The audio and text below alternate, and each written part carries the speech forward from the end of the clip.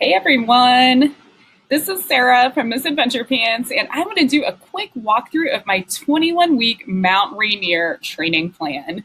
This is newly updated for 2019. I've added some awesome interval workouts to really pump up your speed and stamina. I've added some warm-ups to help you get the most out of your strength workouts, and just added tons of information to really help you understand the process of training, why we do what we do, and how you can adapt it for your individual needs. So a little about this training program. It's really ideal for anyone who's obviously climbing Mount Rainier, but anyone who's doing an expedition style climb for 2 to 5 days.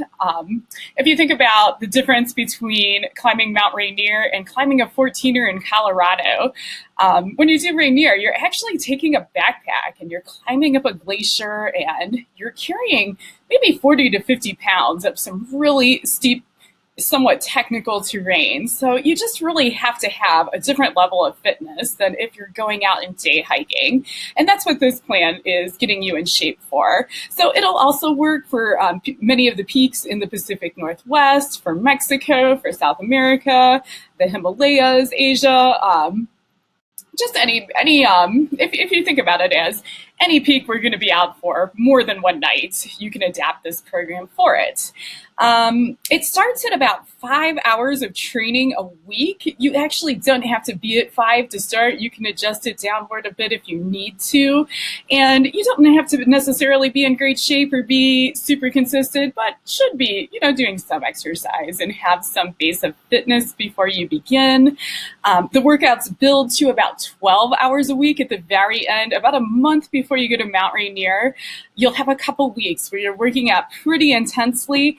I find that 12 is the absolute maximum that most people can do when they're working a job and dealing with family and trying to have a life. And those of us who aren't professional athletes, 12 hours is probably about the max of what you're going to be able to do. I know it is for me, and I definitely designed my program to be very efficient so that you spend very little time at that upper level and your workouts, really, you get the most out of each one so that you don't have to do quite so much. So yeah, let's take a look at what's inside. I'm actually going to take you down through the pages too. Let's see. Let's go to Cycle 1, and this program is divided into 5 cycles. They're 4 weeks each. What's a cycle? It is like a building block of your workouts where you build for a couple of weeks and then take a rest. And then in the next cycle, you build for a couple of weeks and then take a rest week. Why do we do it that way? There's a couple reasons. First of all, that rest week is where you really consolidate your gains. People tend to resist having the rest week. They're thinking about the mountain. It's big, it's scary. I want to keep working out. But believe me, that rest week you absolutely need. That's where you consolidate all your strength gains, all your cardio gains. Your body actually gets stronger during that rest week. So it's absolutely essential that you do it.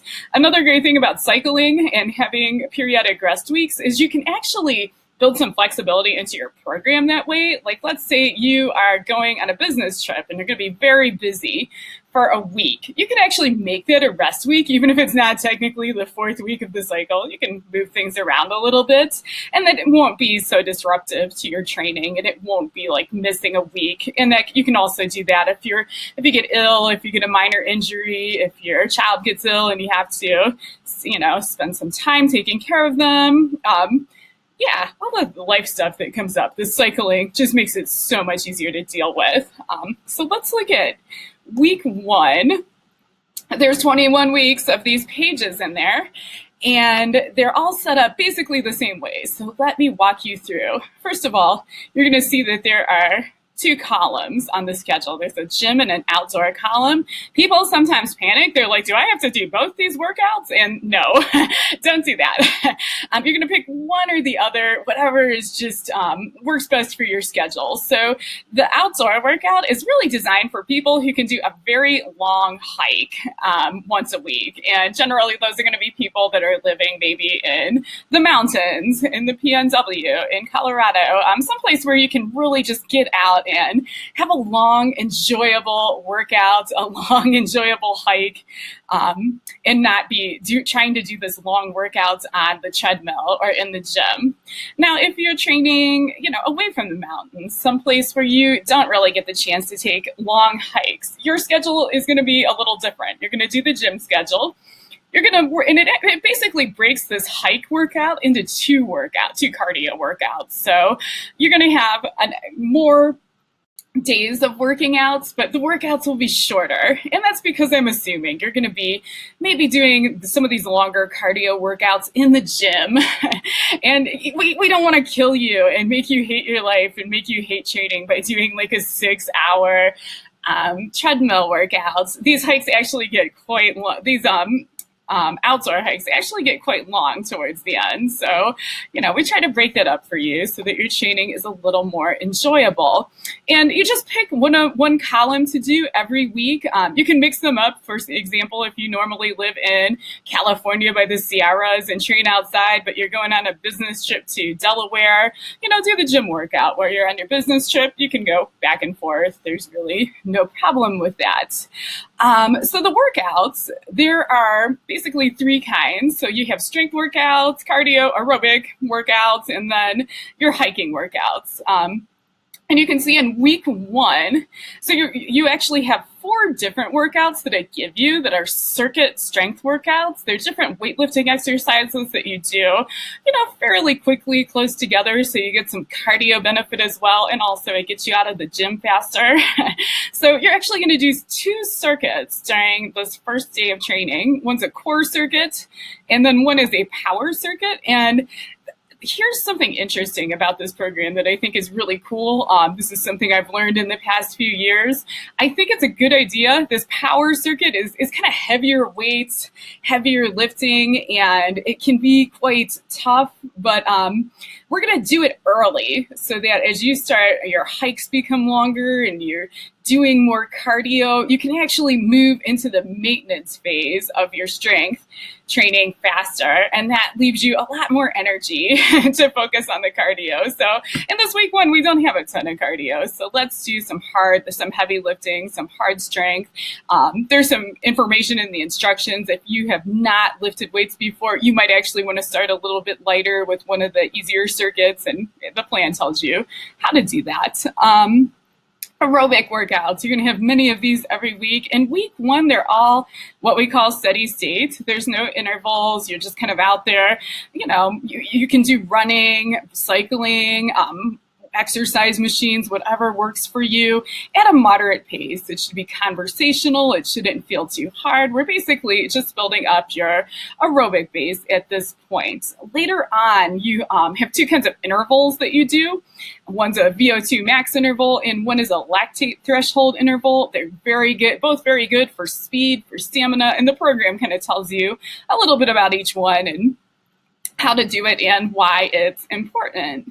And then finally, you have a hiking workout. And for this one, I really recommend that you get outside, carry your pack, try to really get out in the elements and get used to, even if it's raining, I do my hike workout outside. Even if it's snowing, I do my hike workout outside, because you really can't control the weather on Mount Rainier or whatever mountain you're going to.